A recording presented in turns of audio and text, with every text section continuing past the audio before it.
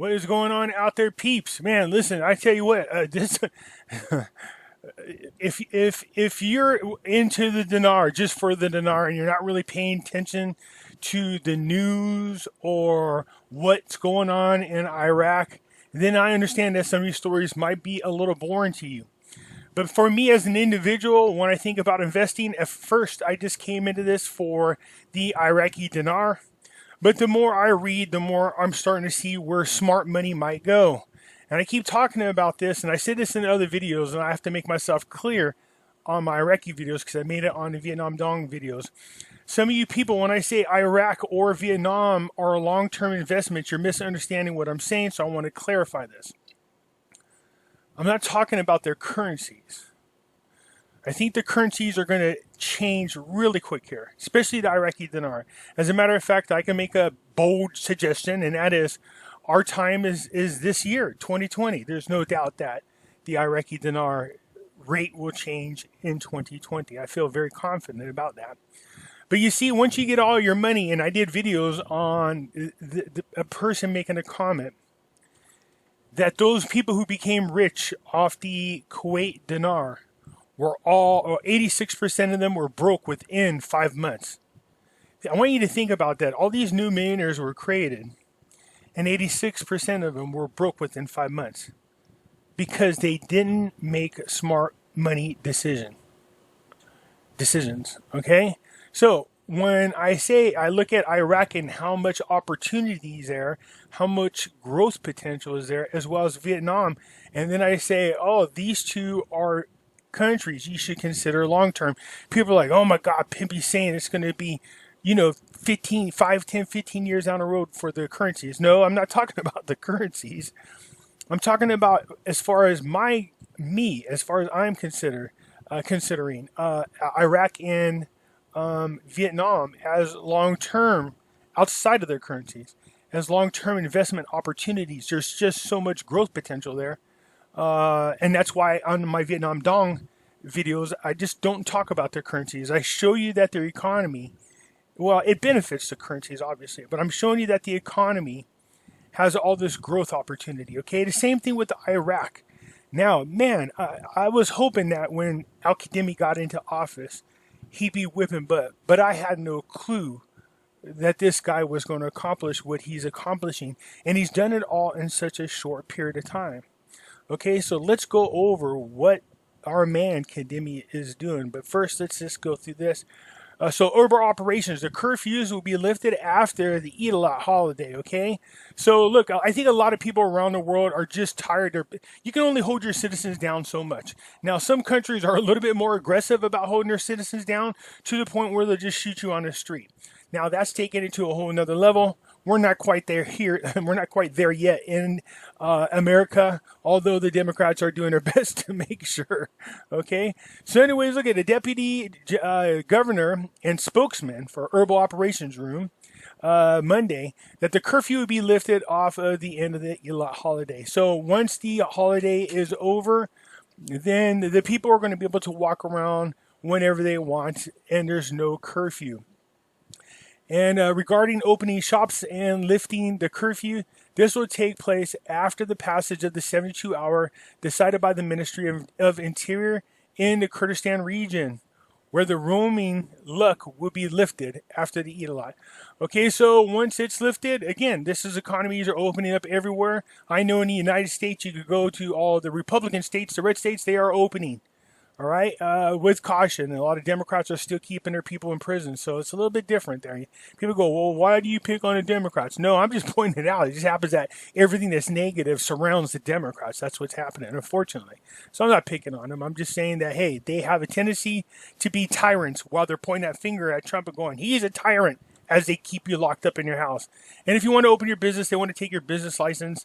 And if not, they'll just stick the health and safety people on you. So all those types of tactics to me are unnecessary and they violate our constitutional rights. Now let's get back to Iraq.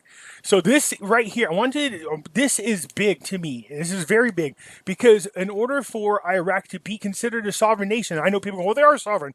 No, they're not, because sovereign countries have their own currencies that are recognized internationally.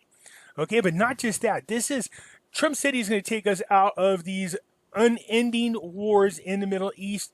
And by golly, this guy means it. Check this out. The Pentagon announced the handing over of 5 locations to Iraqi forces to protect military bases from continuing threats. So these bases were there to protect some major interests in Iraq, not just the Iraqi people's interests, but obviously the big corporations of America's interests there as well. Okay, so the Pentagon Inspector General Monday revealed that the U.S.-led international coalition has handed over 5 sites to Iraqi forces. Talk about putting on your big boy underwears and kicking off the training wheels. Iraq used to have the 3rd largest army in the world. It took us 2 weeks to pretty much knock it out. That just shows you the power of the United States. They need to rebuild again. They were, in my opinion, the cornerstone to stability in the Middle East, despite what people thought of Saddam Hussein and Muammar Gaddafi. Those people kept the region in check. Without them there, you can see all how it has cut loose.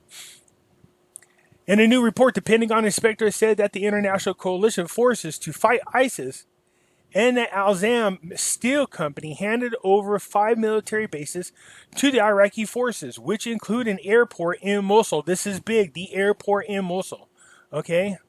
And a military strategic center near the Iraq-Syrian border known as Al-Qam. Okay, so this is, you know, when I read this, I was like, whoa, this is really happening. This is Iraq taking control of their country.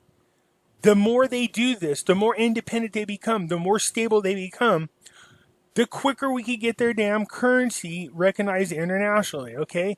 The inspector attributed the reason for the measure to the increase in tensions between the United States of America and Iran, and the attack on a number of American and coalition forces positioned after the American strike that led to the assassination of General Soleimani, commander of the Quds Force of Iran National Guard. Okay, so yeah, we don't have very many people there. We have a bunch of groups. I think we're somewhere in the neighborhood of 10,000 soldiers.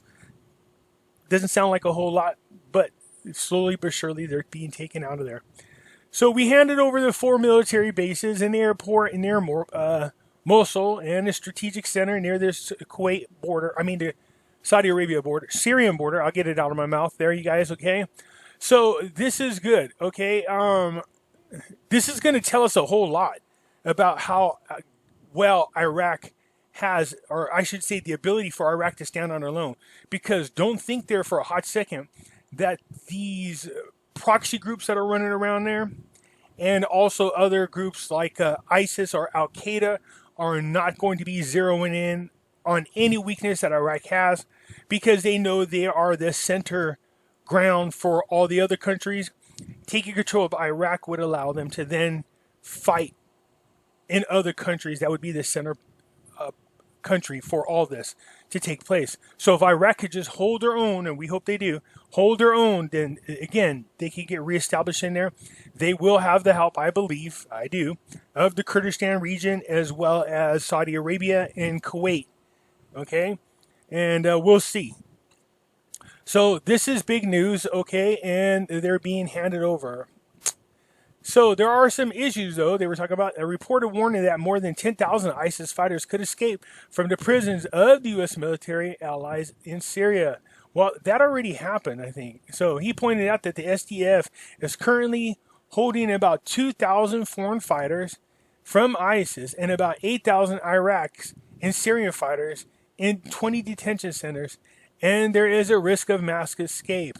Well, then go sheer up. Go do something to build some new prisons over there. That's one thing. If the United States wants to stay out of these wars, then you know what? Take the time to go over there and build real prisons, fortified prisons like we have here in the United States, and then hold those bad boys in there then. So this way, then it's cheaper to build the prisons and hold them in there than it is to have them in these cheap prisons that they have them in and then allow them to escape. Okay?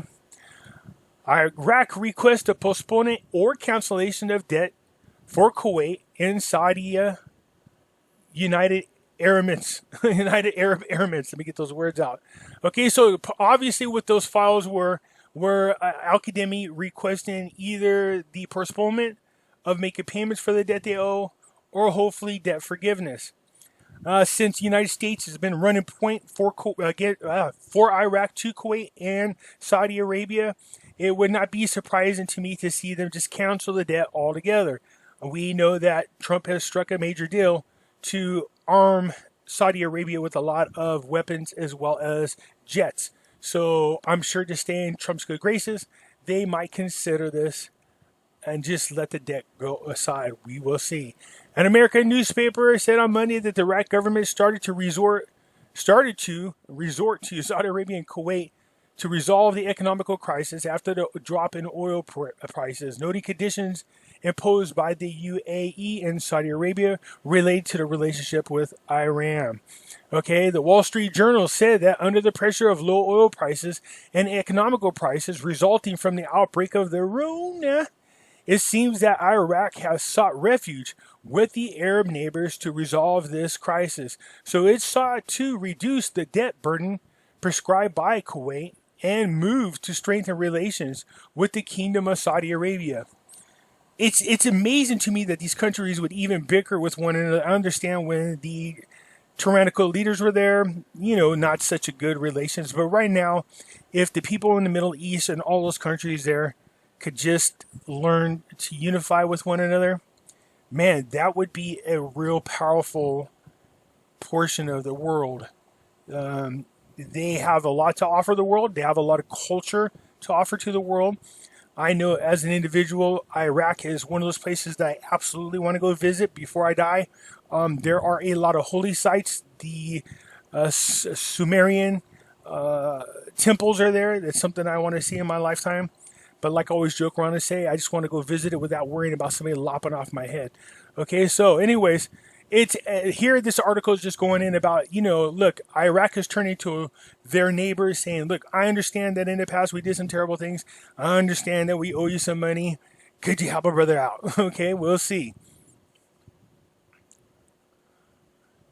With the comprehensive agreement, the Kurdish delegation will visit Baghdad soon to discuss the delivery of the regional oil revenues and border crossing. All right, so again, every day it seems like we read a new article. The Kurdistan delegation has either been in Iraq or Iraq over there in the Kurds area. And they're just hammering out one agreement after another to make sure all their ducks are in a row. It looks to me like our boy Al-Qademi did a good faith movement by sending them over somewhere in the neighborhood of about, 40 billion dinars. So like the lady said, it was unexpected, and then they did get it, okay?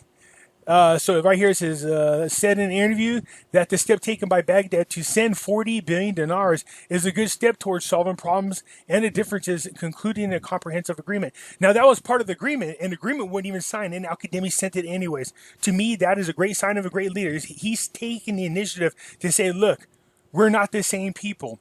As a matter of fact, before the agreement's even signed, I'm just going to send you this money out of good faith. And so he did it. I think it was a bold move. I think it was a great move. This is going to go a long ways. So look at Al-Qademi told the United States, look, just don't interfere in our relations with other. And one of them is even with Russia, because what they said, just like the United States is saying about we rely too much on China, Al-Qademi saying, look, Iraq cannot rely just on one country, the United States. They have to be able to have relationship with other countries in case something goes sour.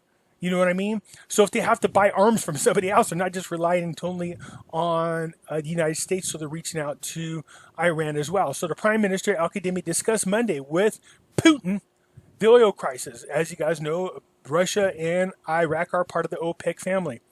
The press services of the Kremlin stated that Russian President Vladimir Putin and Iraq Prime Minister Qademi valued positively the OPEC agreement and pointed out the importance of continuing joint efforts in that direction. The positive evaluation of the agreement reached with the participation of Iraq and Russia in OPEC formula aimed at overcoming the acute phase of oil prices.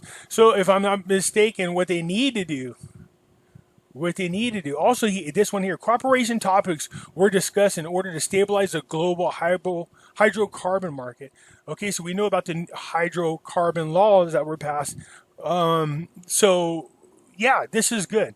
We need them to reduce the production of oil.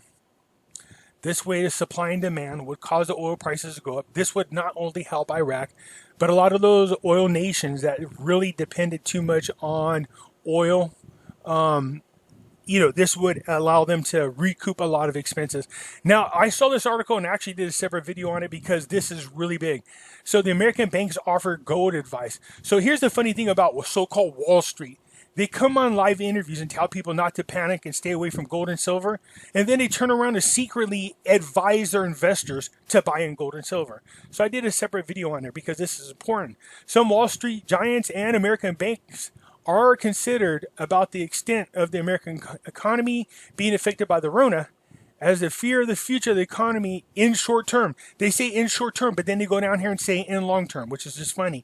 Anyways, what's happening is this. U.S. banks, especially JP Morgan and Goldman Sachs, are advising their clients to start buying gold and silver. And I'm not talking about ETFs. I'm talking about physical gold and silver. You better be buying it right now. If you're not stacking, you're making a huge mistake. I said this in my other videos, and I'll say this again. Buying gold and silver doesn't just protect, the purpose of it is to protect your wealth. All right, you hold it in your house, you lock it up somewhere, you hide it.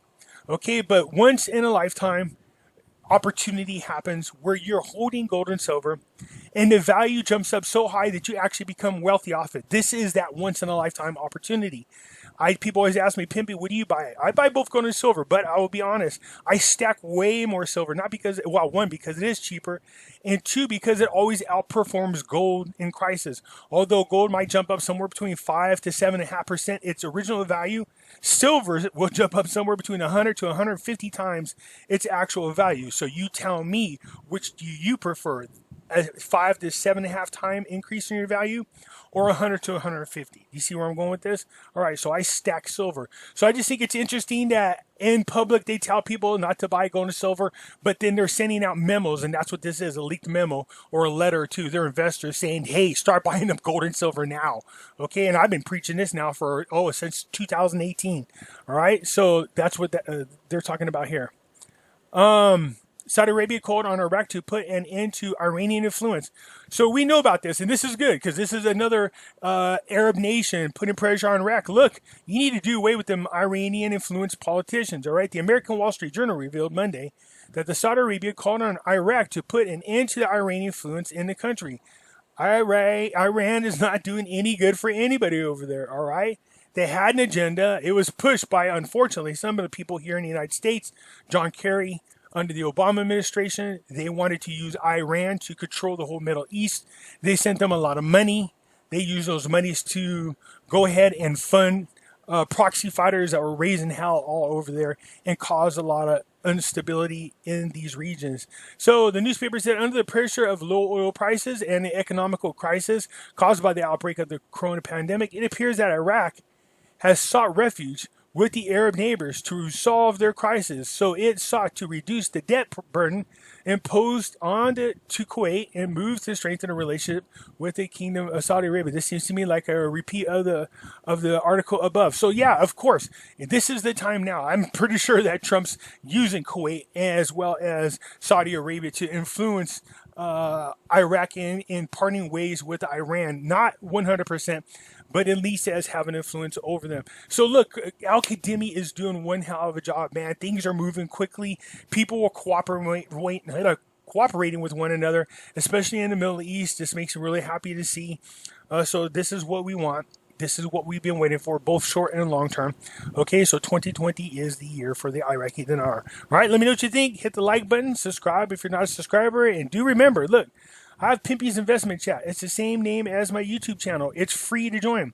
I will leave a link in the description. Just click it and come and join us. Also, for you people who like those conspiracy type things, I literally just before I started this video, just added about 27 people. Now another 17 are there. So the hidden things in front of your eyes. This is one of those groups that have conspiracy stories in there. If you like the MK Ultra mind control, if you like stories about 9/11, debunking them, mass shootings, the whole 9 yards, false flag operations, and we also talk about Nasera Jacera in here as well as in the other group. I encourage you to come join. The link is in the description as well. It is one of the 2 fastest growing groups I have. And I've had this group here, the hidden things in front of your eyes, for about 7 years now, where I've only had the Pimpy's investment now for a few months. Still, really fast growing groups. All right, you guys, they're free to join. Come join us. I look forward to it. Talk to you later. Bye.